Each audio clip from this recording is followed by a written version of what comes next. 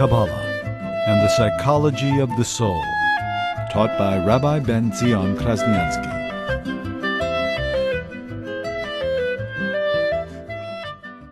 As a result of the tzimtzum, God's ability to contract himself, we sense that we have this sense of separateness, sense of independence, sense of disconnect, which could take on many different levels. There's one level where a person senses there's an I. He acknowledges God, but there's an I. You know, God is the Almighty, the Supreme Being, the Omnipotent, the Omniscient, but I am also somebody. God is the big body, but I'm a somebody. But that sense of I, that's the root and source of idolatry. That arrogance, sense of ego. But then you have, on a lower level, where the tzimtzum is so intense, the disconnect is so pronounced that the person doesn't even acknowledge there is a God. Doesn't even acknowledge that there is a cause. Fine, you don't worship God, you're not nullified before God, but at least acknowledge there's an original cause. But then there's a tzimtzum, a level of a tzimtzum where a person is so disconnected that he doesn't even acknowledge that there's a speaker. There is no cause. We're just here. Why am I here? I don't know. I don't need a why. I don't need a justification. I am, period. There is no builder, and there is no author, and there is no artist, and there is no writer, and there's no creator. There's no cause. I am, period. That's literally idolatry. When a person worships himself, worships his own mind, where God is not even part of the picture. I'm not for God, and I don't deny God. It's simply not part of the equation. God is so much not a factor, I don't even have to deny him. It's irrelevant. What God? When God? It doesn't mean anything. God is simply not a factor, not a reality. All there is ego, I. Where do we come from? I always was. I always will be. That's why we can't accept death. From an ego perspective, that's the way we feel. We were always here and we always will be. Maybe mentally, intellectually, we can conceptualize the world existed without us, and the world will continue to exist without us, but emotionally, psychologically, we sense as if we are the beginning and the middle and the end of the entire universe. We're selfish, self-centered, self-absorbed. It comes natural. 6 billion people. You don't have to go to school. It comes in all languages. You don't have to go to school to learn to be egotistic. So the disconnect is so powerful, is so intense, that we feel no connection. We don't even feel that there's a speaker.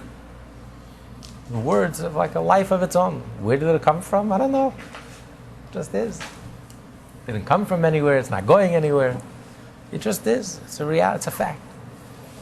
In order to internalize godliness, in order to be able to express godliness, you have to be nullified. You have to be egoless. The more egoless you are, the more transparent you are, the more the divine energy is able to flow through you, unhindered. But the more egotistical and arrogant you are, the more you trap and you exile the divine spark, that divine life force. And divine life force can't express itself. And you cannot internalize that life force. And therefore, instead of you internalizing it and it refining you, it actually becomes counterproductive. You just become more arrogant and more egotistical. You're not a vessel, you're not a vehicle in order to receive, to absorb the divine light. It's just counterproductive. Which is the reason why Yitzchak could not bless Esau, give him the blessings. He thought that if he's going to shower Esau with holiness, with intense, holy blessings, maybe that will redeem Esau and that will release the sparks. But the truth is, Esau couldn't handle it. Esau couldn't digest those intense and those powerful blessings. He didn't have the vessel and the vehicle. It's like instead of eating food, digesting it and swallowing it properly, and then the food becoming internalizing the food and becoming part of your bloodstream and giving you strength, it's like you swallow the food without chewing and digesting it and just gives you a stomachache. It doesn't do anything for you. On the contrary, it just creates a problem. So instead, it wouldn't have done anything for Esav. It wouldn't have refined him, it wouldn't have elevated him, it wouldn't have transformed him, it wouldn't have changed him. On the contrary, he couldn't digest it, he couldn't internalize it. On the contrary, it would just trigger a greater level of arrogance. Look how great I am! I received such blessings. It would only distance him and cause him to become even further away from godliness. So the spark is trapped. It's an exile. It has no way to express itself. There's no vessel. There's no vehicle. The being has no vehicle. Is not a vehicle and a vessel to receive godliness. And the godliness that it does receive, everything must have godliness. To create it, to sustain it, doesn't do anything for it. Doesn't refine it, transform it, elevate it. On the contrary. So the divine spark is trapped in a very painful, agonizing exile. And that's the idea of the Shekhinah. When you talk about the Shekhinah as an exile, instead of the Shekhinah, the presence of God being felt, and the Shekhinah radiating, and you feel the Shekhinah, you sense the Shekhinah, you sense God's presence, and you sense holiness. Instead, all you sense is arrogance, ego, I. And God is totally obscured. And anything godly, and refined, and noble, and genuine, and deep, and spiritual and authentic is totally buried, submerged under coarseness, under arrogance. And it says arrogance is the equivalent of idolatry. God says that I can live with the Jewish people even while they sin, because God is infinite and His patience is infinite. So even when a person sins, God can still live. We don't kick him out. But God says, show me an arrogant person, and I can't be in his cubits, in his 4 cubits. I can't be in his presence. He hasn't sinned. But if he's arrogant, God says, I despise him. As infinite as God is, infinite as patience is, God says, I despise this person. I can't be together with him in the same room. So why is that idolatry? Why is arrogance like idolatry? What's the connection? As we explained earlier, the unity of God, the existence of God is not only that God exists, or that God is one, but the belief that there's no other reality except from God, outside of God. So idolatry is the moment there's ego, and there's a sense of self, and independence, something outside of God, that's already a denial of God. Because the reality is there is no other reality but God. So the moment you sense that there's anything besides God, you sense yourself as an independent entity, as a self, as an independent entity. That alone is idolatry. That is a denial of the reality and the unity and the existence of God. So that's the root of idolatry. It's not the literal meaning of that. The literal meaning of idolatry is someone who denies God. He believes in 2 gods. He's pagan. Or he denies God altogether. He's atheist, denies God altogether. Or even worse than atheism. Atheism, at least you're denying God. At least you're dealing with God. At least God is part of your vocabulary. Then there's a level where God, you're not even an atheist. I'm not for, I'm not against. So God is simply irrelevant. I am a self-made man, and God is simply something not part of the equation. I have no need for God. God forbid. But that's the lowest level of idolatry. But what's the root? What's the source of idolatry? The root and the source of idolatry is ego, arrogance, independence, self-sufficient, disconnected from God. That sense of self, that sense of ego, that's the beginning of idolatry. As the Talmud says, that they call God, they refer to God as the God of gods. God is the supreme being, is the God, the original cause. But we are the effect. We are the miniature gods. Right? God is created in man's image. And therefore, God is perfect intellect. God is perfect love. God is perfect, the perfect human being with no flaws. And we are miniature. We have intellect, but it's not as perfect as God. We have emotions, not as perfect as God. That is idolatry. Or as you believe in God, not you're denying God, but you believe that God is a being and you're a being. God is a great God and you're a miniature God. God is the cause and you're the effect. That is idolatry. Because the truth is that the world has created something from nothing. We are nothing. We are inherently nothing. And even when God creates us, we still remain nothing. Because we're nothing other than the divine energy that's constantly creating us. So it's not like God is bringing us into a state of genuine existence. Even when we exist, we don't really exist. In other words, our existence is nothing other than the divine energy. That's our substance. There is nothing else. It's not like we become a true existence, independent existence. We are constantly dependent on the divine energy that constantly bring us into existence. So we're nothing other than the divine energy. We're just an expression of God's creative energy. That's all we are. So our very core and essence, our very being is nothing other than the divine energy. So it's not like God is God and we are something. All there is God. There is nothing else. There is nothing other than God. And the moment we sense a sense of self, of ego, of I, separate, independent, we have our own agendas, we have something outside of God, separate from God, independent of God, that's already a lie, a distortion, and that's the root and the source of idolatry. That's the beginning of idolatry. And it's an astonishing miracle. Each and every moment God has to create us, something from nothing, and to constantly continue to create us and to sustain us, because we really have no reality, independent reality in our own. Anyone that acknowledges that is the definition of holiness. Anything that doesn't acknowledge that doesn't express that doesn't sense that is the antithesis of holiness. And although we all feel that we're alive, we all feel that we have an energy, a life, but we don't sense that the life is a divine energy. We forget of the miracle of life. Life is a miracle.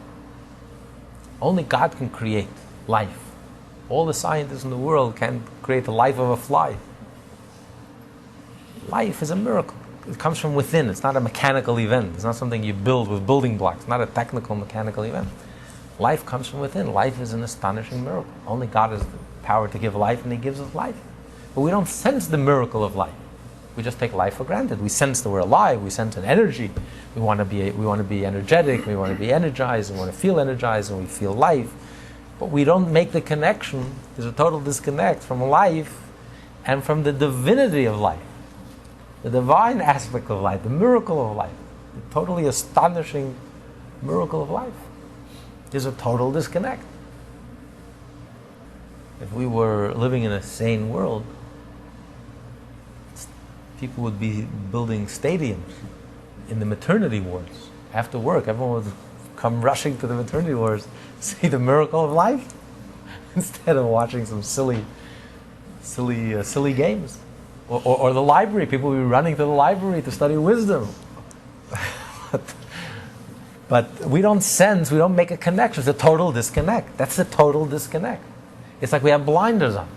Like we're deaf and dumb and we can't see, blind, deaf and dumb, we can't see, we can't hear, we don't make a connection. We see life and there's no reaction. Like, so what? What do you mean, so what? Life, it's a miracle, it's divine. Existence, it's a miracle, it's divine, it's inexplicable, it makes no sense. Nature is inexplicable, it makes no sense, it's divine, it's a total disconnect. So the definition of holiness is that there's no disconnect. Godliness is transparent. You feel it, you sense it, you are nullified before it, you are humbled by it, you're elevated, refined, transformed, and changed by your encounter with godliness, by your very being and existence, by life itself. That's the most intimate encounter you have with God Himself. So it humbles you, it changes you, it elevates you. And then you have klipa, it's like a shell, disconnected. You go through life, the miracle of being, the miracle of existence, the miracle of life. God? What God? Does God even exist? And so much so, till you reach a level where God is simply not even part of the equation. While your whole being is God, there's nothing else but God, and you're in total denial. This is such a disconnect. This is actually the ultimate expression of God. Only God can create such a paradox, where your whole being, your whole essence is nothing other than the divine. Everything about you is the most astonishing miracle, life itself, being, creation, existence. And yet a total disconnect, till you can reach a level of total denial. I'm a self-made man. What does God have to do with anything? It's almost absurd and ludicrous. To deny even that God is the original cause. It's so absurd, it's almost insulting. But that's just the aggressive nature of nature. Aggressive atheism, where God is simply not part of the equation. So this is the definition of klipa versus kedusha. Kedusha is holiness, where you sense God, and you become intimate with God, and you surrender to God, and you become more elevated and refined, more genuine. And klipa is the exact opposite. The root and source of it is a sense of self, which leads to many different levels. And the lowest level is where total denial of God. God forbid. So much so that God is not even part of the equation. God becomes so irrelevant to anything. To my personal life, to my behavior, to my conduct, to my daily life, to anything. It just becomes totally irrelevant. Not for, not against, simply not part of the picture. Arrogance denies the absolute essence of God. Arrogance is I, ego. Anyone who is arrogant, who senses himself as being apart from God, he can be religious. Very religious. Very knowledgeable. But that sense of arrogance, of holier than thou and arrogance, that sense of ego, of I, is a contradiction and a conflict with the very essence of God. That is idolatry. It's denying the true reality of God. The true reality of God is no other reality but God. So how can you feel arrogant and egotistical? How can you feel a sense of self? Who is the self? Other than God? Separate from God? Independent of God? In holiness, you sense yourself as being an expression of God's creative ability.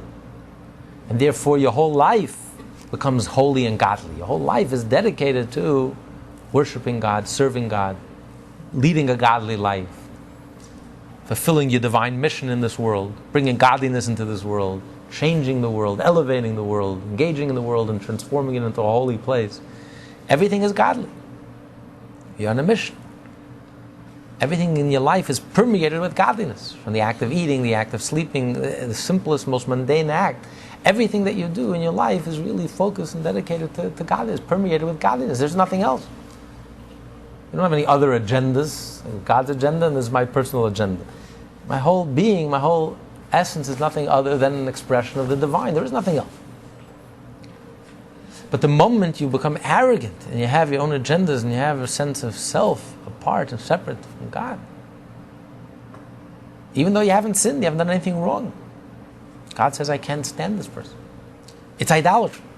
Talmud is not playing with words. It's not just telling us how abhorrent arrogance is. It's telling us that arrogance is idolatry. It's the root and source of idolatry. You're not bowing down in front of any idols, and you're not denying the unity, the reality of God. But it's idolatry, because the ultimate reality of God is there is no other reality but God. So the moment there's a sense of self, a sense of ego, is separate and apart from God, that is idolatry. That is the root and source of idolatry. So now that we understand what is the ultimate meaning of the unity of God, and the mitzvah of believing in the existence and the unity, and we know that the opposite of it is idolatry, now we'll continue next time, in the next chapter. Now he begins to explain what the Talmud says, that why the first of the 10 commandments they heard directly from God, that these 2 commandments contain the entire Torah. Because every time you fulfill a mitzvah, you're fulfilling the mitzvah of believing in the unity of God. And every time you transgress any of the 365 prohibitions, it's in a subtle way, that is the equivalent to idolatry. That was the question he posed earlier on. What's the connection? How can you include all the mitzvot, all the positive mitzvot under the heading of believing in the existence and the unity of God? And how can you include all the prohibitions under the heading of idolatry? Not to worship idols. But with this introduction of the deepest and ultimate meaning, what does it mean we believe in God and the unity of God? Not only that there is one God, but that there is nothing other than God. And once we understand this very clearly, and what is the meaning of idolatry? Arrogance is idolatry. Any sense of ego, any sense of self, that is idolatry. So this concept is not just a Kabbalistic concept. It's a concept that's really hinted in the Talmud. The Talmud says whoever is arrogant is the equivalent of idolatry. And the only explanation is with this understanding, with this concept of the idea of the unity of God. That the unity of God means there is nothing other than God. God is one, there is only God. There is no other reality but God.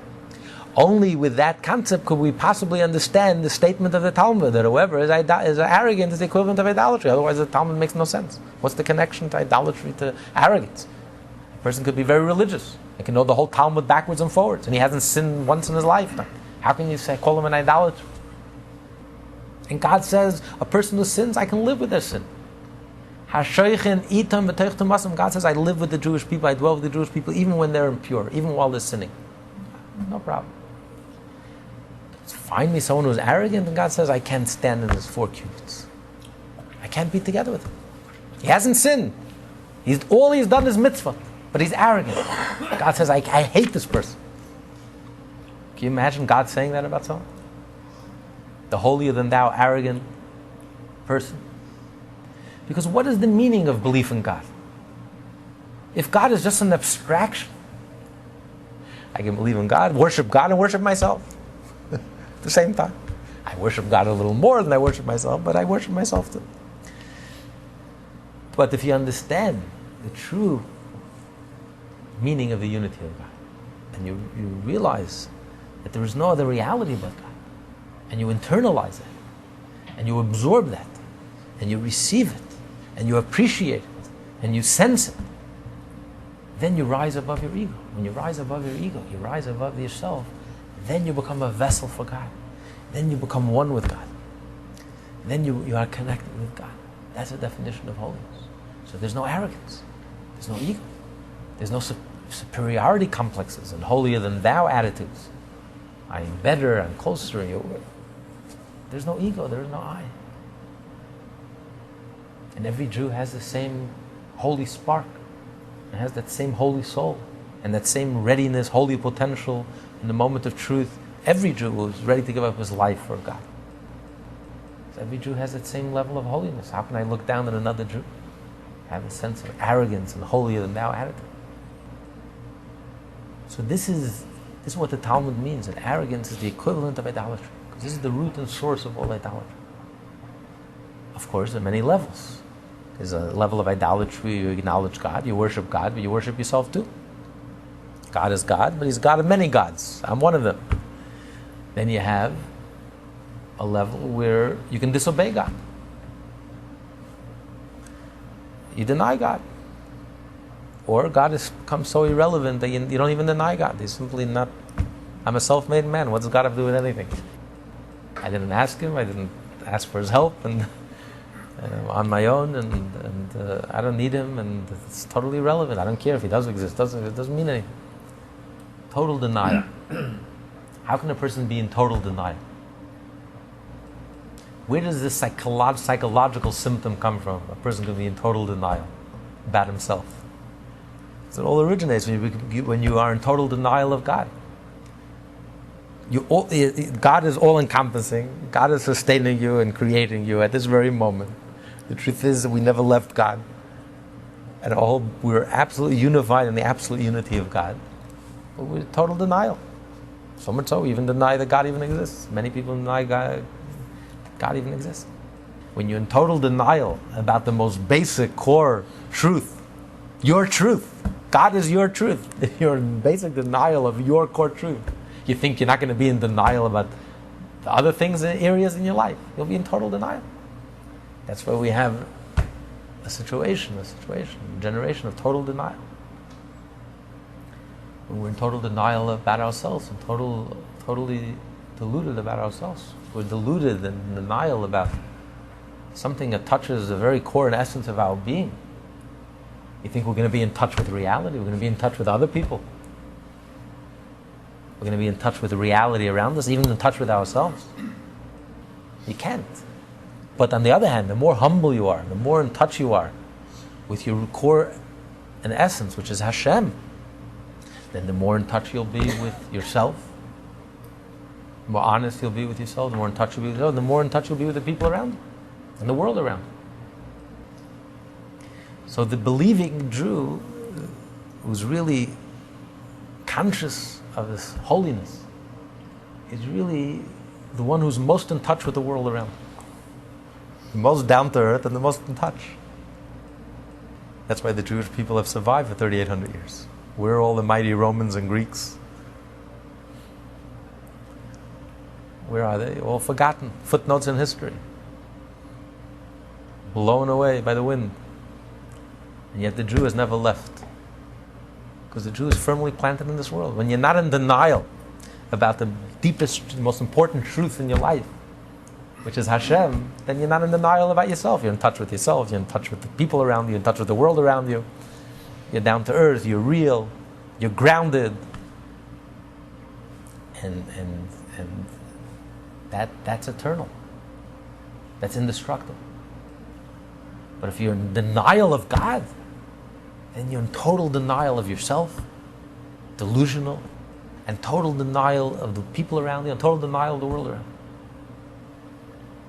And that's why whatever you're building is castles in the air, which won't last, can't last.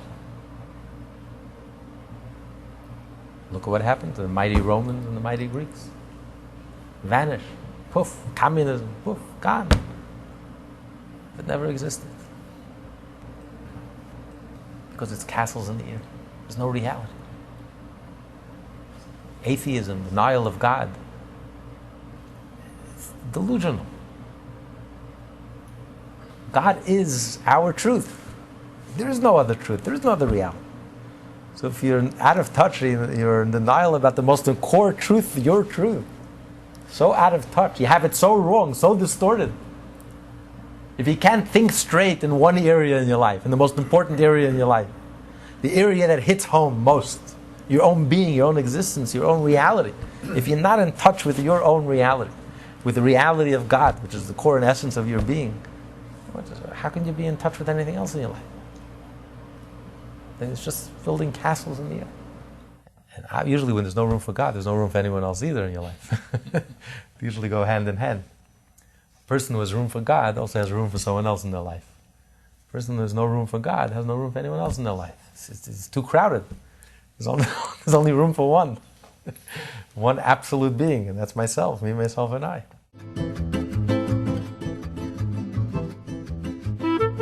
Kabbalah and the Psychology of the Soul, taught by Rabbi Tzion Krasnianski.